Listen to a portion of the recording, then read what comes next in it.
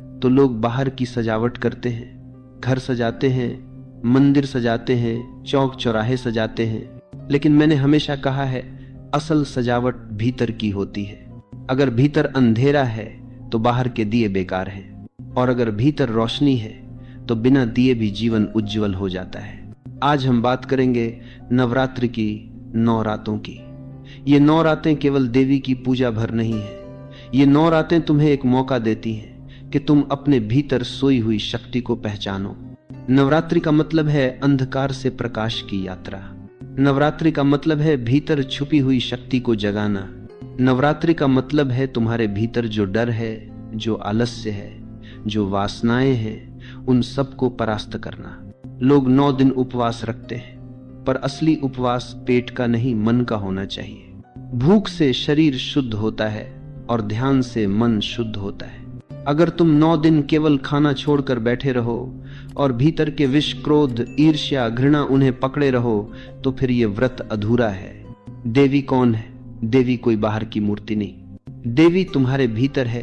तुम्हारे भीतर की दया, करुणा, प्रेम और हिम्मत ही देवी है। जब तुम डरते हो तो तुम अपनी देवी को भूल जाते हो। जब तुम क्रोध में हो तो तुम अपनी देवी से दूर हो जाते हो।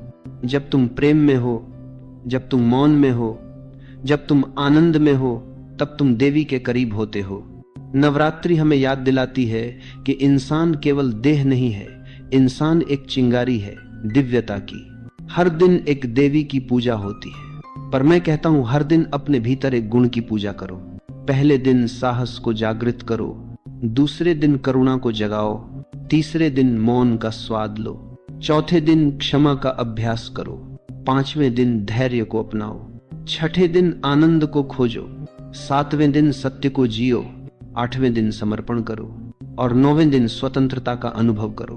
अगर तुम इन 9 गुणों को जगा पाओ तो नवरात्रि तुम्हारे जीवन का मोड़ बन जाएगी। नवरात्रि केवल पूजा पाठ का नाम नहीं है, ये समय है भीतर उतरने का।